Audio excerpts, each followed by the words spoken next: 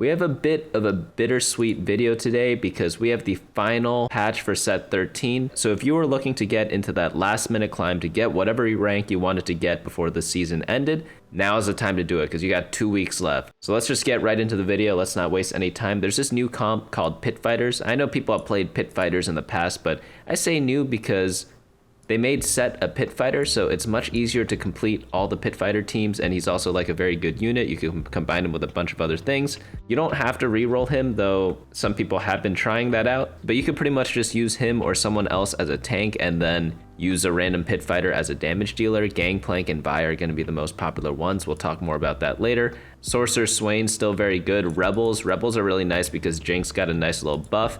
Blackrose and Sorcerer Zoe also pretty solid there. That's going to round out the S tier. I'd say all of these comps are like definitely a tier above everything else right now. You don't have to play them, but I think they are like further ahead than the S tiers usually are. In the A tier, we have Quickstriker Reroll. If you have an artifact item for Nocturne, then it becomes even better. Twitch is pretty good right now. I think he's one of the best forecasts. So if you ever get a Rage Blade, definitely try to go for a Twitch build. Corki is decent. Ambusher's okay. Kogmaw, I bumped it up a little bit if you do have the Rage Blade and you get the start for it.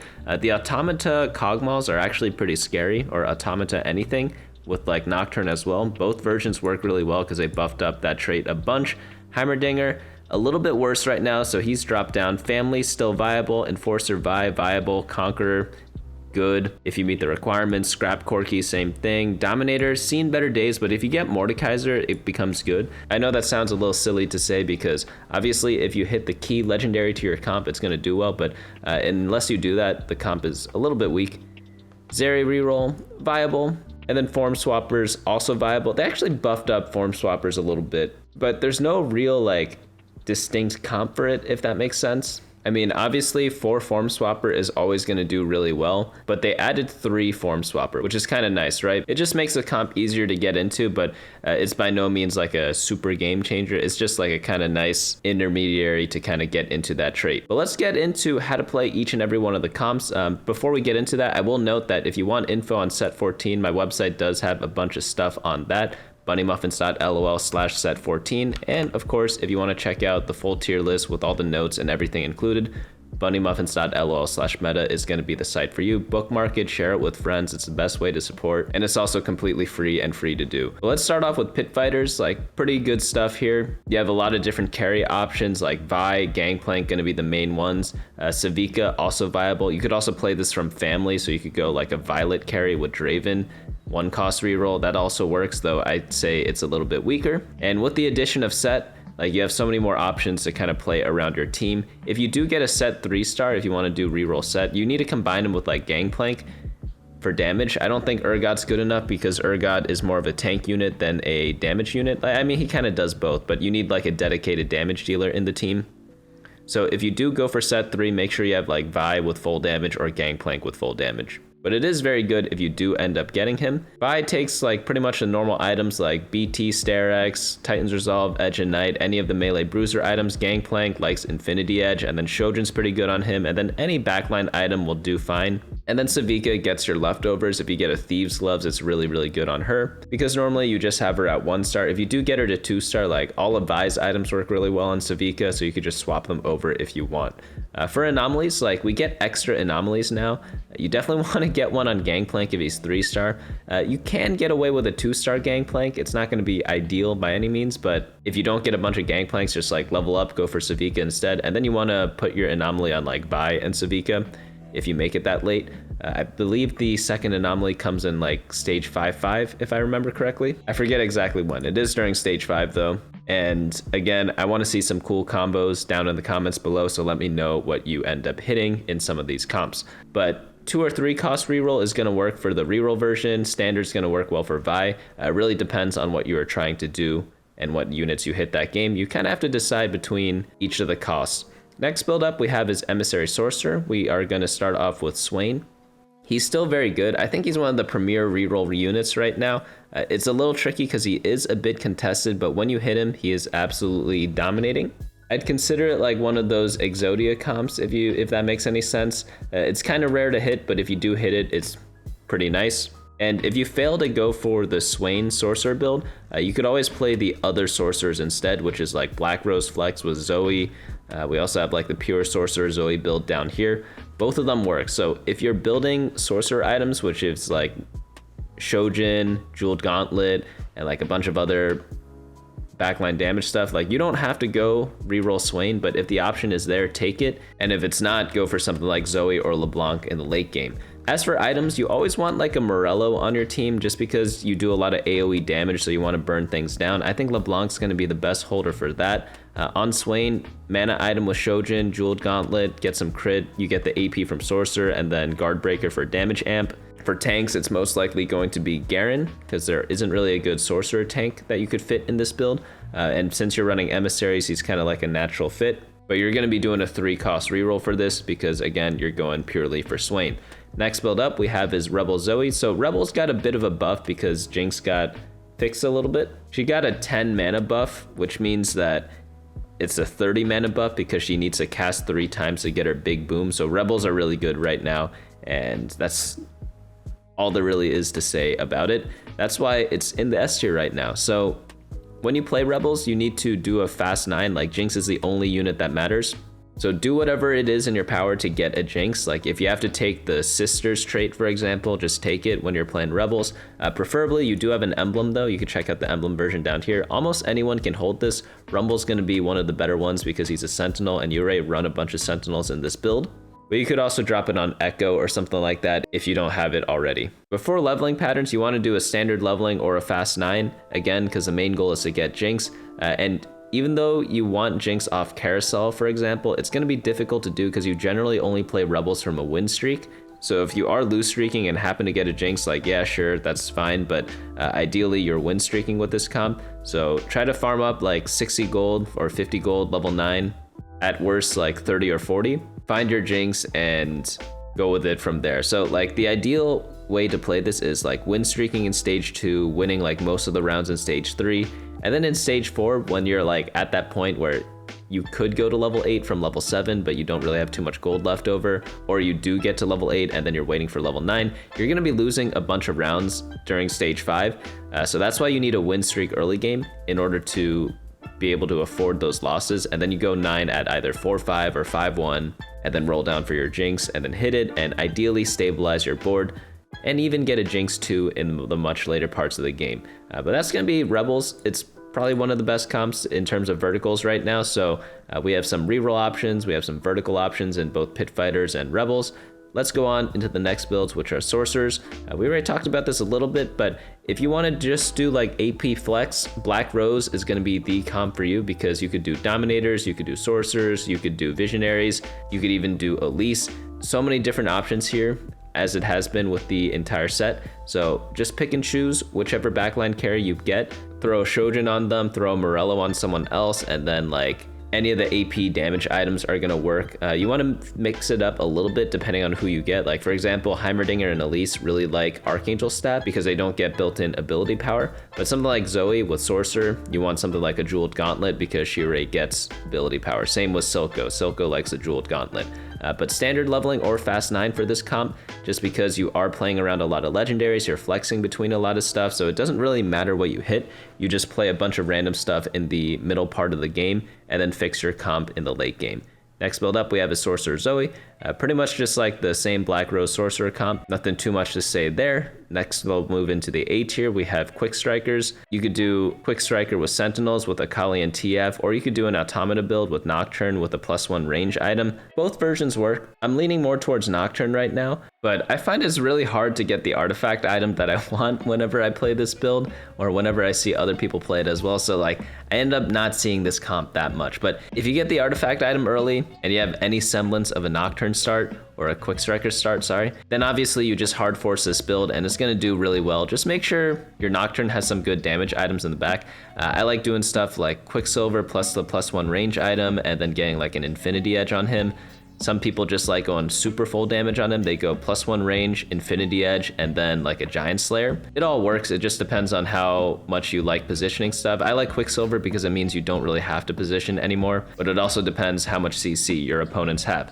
2 or 3 cost reroll for this build, depending if you're going for Nocturne or Twisted Fate. And if you happen to get 6 Automata with Nocturne, it's going to be a pretty fun game as well because they did buff that in the last patch. Next build up, we have Experiment Twitch. So Twitch is going to be one of the better forecasts right now, as we discussed before, and if you ever slam a Rage Blade early, and I know a lot of people love doing that, myself included, he's going to be one of your go-to options as an attack damage carry because, well, he just uses Rage Blade so well. Pro tip, if you ever wondered which units use Rage Blade well, it's generally units that have an ability that say something like, for the next whatever seconds, do this. Those are going to be the champions that are really good with Rage Blade. So Twitch's ability, I forget the exact seconds, but he activates it and then for a short period of time he hits random units and has like a see-through attack, and that's why Rage Blade is really, really good on him. Infinity Edge is good because it allows the ability to crit, which is also really nice. And then for Mundo, you just want him to stack up with tank items, same as we've been doing the entire set, nothing too much different there. Same with the Bruiser Mundo build. This build is going to be a lot better than the Experiment build because you need a good tank line in order to stack the Rage Blade. So if you ever get Mundo juiced up with the Bruiser emblem, maybe with Frying Pan, you're going to have a lot of stacked up Bruisers in the front that just have like a ton of health and allow Twitch to just go absolutely bonkers with the Rage Blade because he has infinite stacks. Standard leveling for both of these though, just because you're playing around 4 cost units. After that, we have Emissaries. This is going to be another 4 cost comp. This time you run 4 costs, so pretty decent comp there. Great with Bronze for Life. You do have a couple of legendary outs. You have Rumble. There's another version with someone else. And then you also have like a Sentinel Corki build. So there are a bunch of different options here when you have like this Corki flex type of build. I like just going for the Emissaries if you have the gold for it. So in this recent patch, they increased the amount of the weird portals, or like the more for fun portals. So you end up having a lot more gold, which makes this comp a little bit more viable because you need a lot of gold to play this comp. So pretty much all the comps that are like high resource all got buffed a little bit, just because the portals show up a little more often. So this comp's gonna be really good if you ever get one of those like Scuttle Puddle builds or like the Crab Rave, because you need to get all the Emissaries, Garen and Ambessa, and in order to guarantee that, you need a ton of gold. And then after that, you put Corki as your main carry. Gangplank's a great item holder for pretty much anyone, both Ambessa and Corki.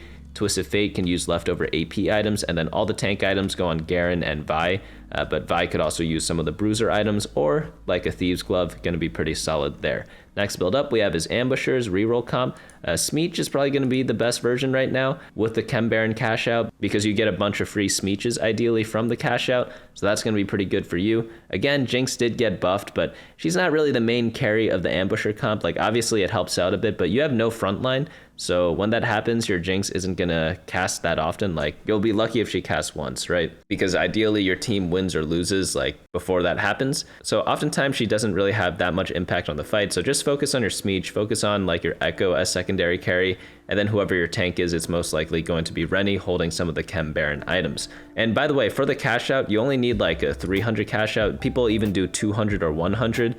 So don't sweat it too much if you don't have infinite stacks, because this build can work without a cash out even, but it obviously helps because you get more copies for Smeech, and you're really just waiting for that. Next build up, we have his Family Reroll. This is a big beneficiary from the Pit Fighter buff because you could play Set now, so playing the mid game is a lot easier because there are a lot more Pit Fighters, but this is just like a Violet and Draven reroll comp. Both are very strong still. You want to 4-star the Violet if you can. It's not mandatory, but you also want to only play this when you have artifact items. If not, it's going to be a little bit difficult. Violet is just one of the best artifact item users because Pit Fighters is a stat check, and artifact items give a lot of stats to stat check traits, and they scale really well with them. Obviously, if you ever get like emblems, it's going to be even better for both Pit Fighter or Family. Like either or work. I actually don't know which one's better. Like both of them feel good, so just get as many as you can. Doesn't really matter which. If you get a Wandering Trainer with both Pit Fighter and Family, then you pretty much just hard force this, and I wouldn't say you win the game automatically, but it's going to be pretty easy of a game. Next build up we have is Enforcer, Vi, and Caitlyn. This is just a vertical enforcer build. Nothing too complicated here. Nothing's really changed too much. Like Caitlyn, obviously going to be the backline carry, but her items are a bit weird to carry in your team early on, apart from the Infinity Edge. So I generally hold off and don't build a blue buff early game, but if I happen to get an early Caitlyn, then I'll try to finish it during late stage 4. Vi is gonna be like the main unit I focus on. Sometimes I put random tank items on Loris, but you don't really care that much about tank items. And then I also itemize whoever I have my Enforcer spatula on. It could either be like Ambessa, Savika, it could be an Alawi, lots of different forecasts fit there, even Elise, and they're gonna be using that buff pretty decently. So whoever you get 2-star, I listed out like 4 or 5 different units there, and there are even more than that. You could also use something like Gangplank for Pit Fighter. Just build random items for them and you'll be more than happy.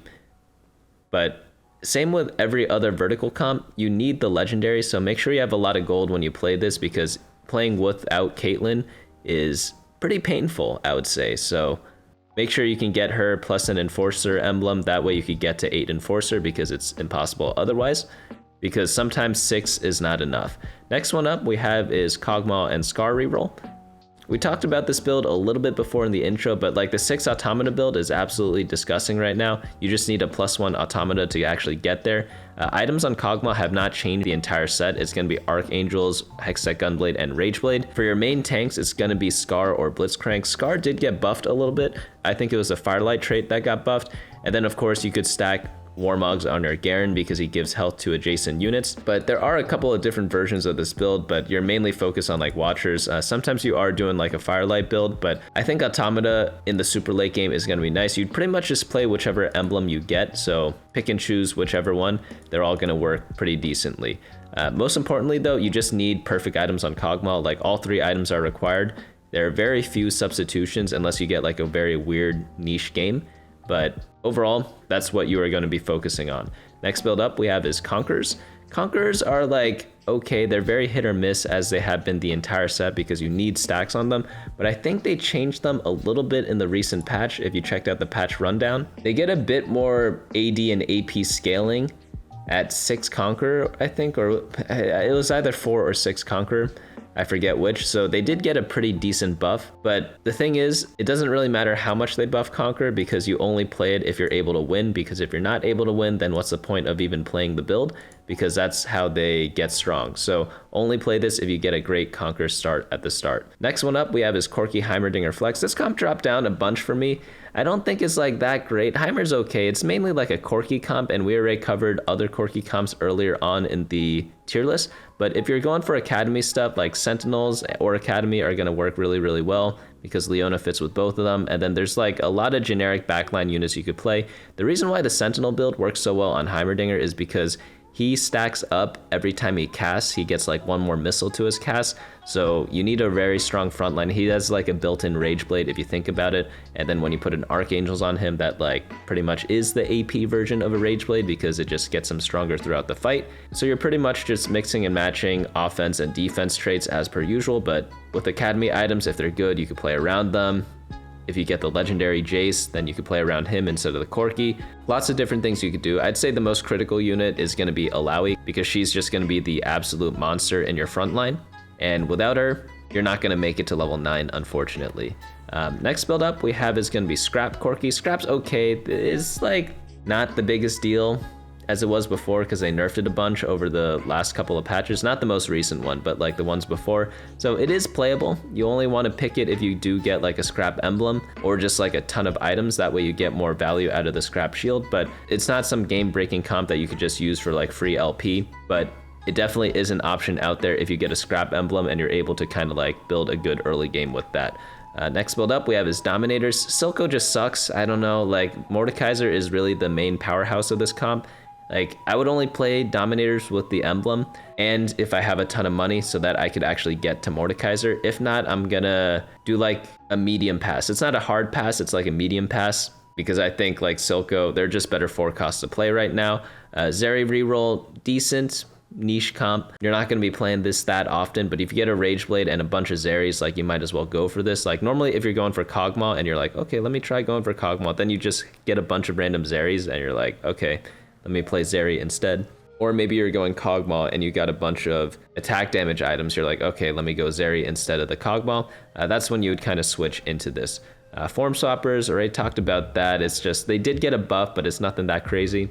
Gangplank is really good, but the comp really revolves around hitting Jace, and like, that's pretty much every comp, right? Like, you need the legendaries, and when you do a 3-cost reroll, it's pretty hard to get to the legendaries. So this comp is like one of the most hit or miss comps, because you could have 3-star Swain and Gangplank and even throw in an Elise in there, and it's that build is buffed because you have the 3 form swapper unlocked, right?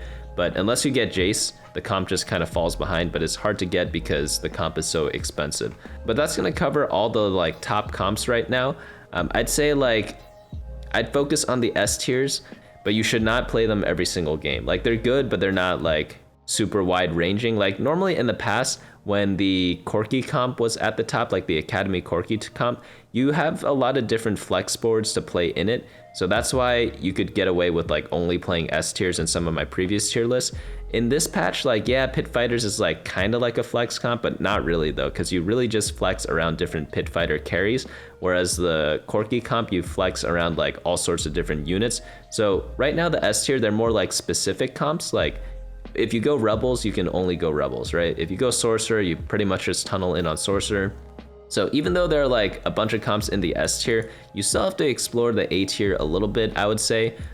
Maybe you stick it within like the top line of the A tiers. That would be what I would recommend for people climbing at the end of the set. And other tips for climbing at the end of the set is just stick to what you know. It's kind of too late to pick up new comps into your repertoire. So if you're just doing a last minute quick climb, you only have like 5 more games left or something based on your like life schedule or whatever, just play what you know and focus on that. So even if Pit Fighters are the new kids on the block, what you could do instead is like maybe focus on like the family reroll to take advantage of the Pit Fighter buff rather than going straight into like the Pit Fighter flex comp, because it is brand new and not many people played that type of build before because it wasn't as viable as it was now. But that's going to be it from me today. If you want set 14 info, it's on the website, bunnymuffins.lol/set14. If you want more info on each of these comps that we just covered, bunnymuffins.lol/meta. And for all your data needs, head on over to teamfight.lol. It's a little project that I've been working on for almost 2 years now, so definitely check that out. But that's going to be it from me today. Hopefully I see you all next time.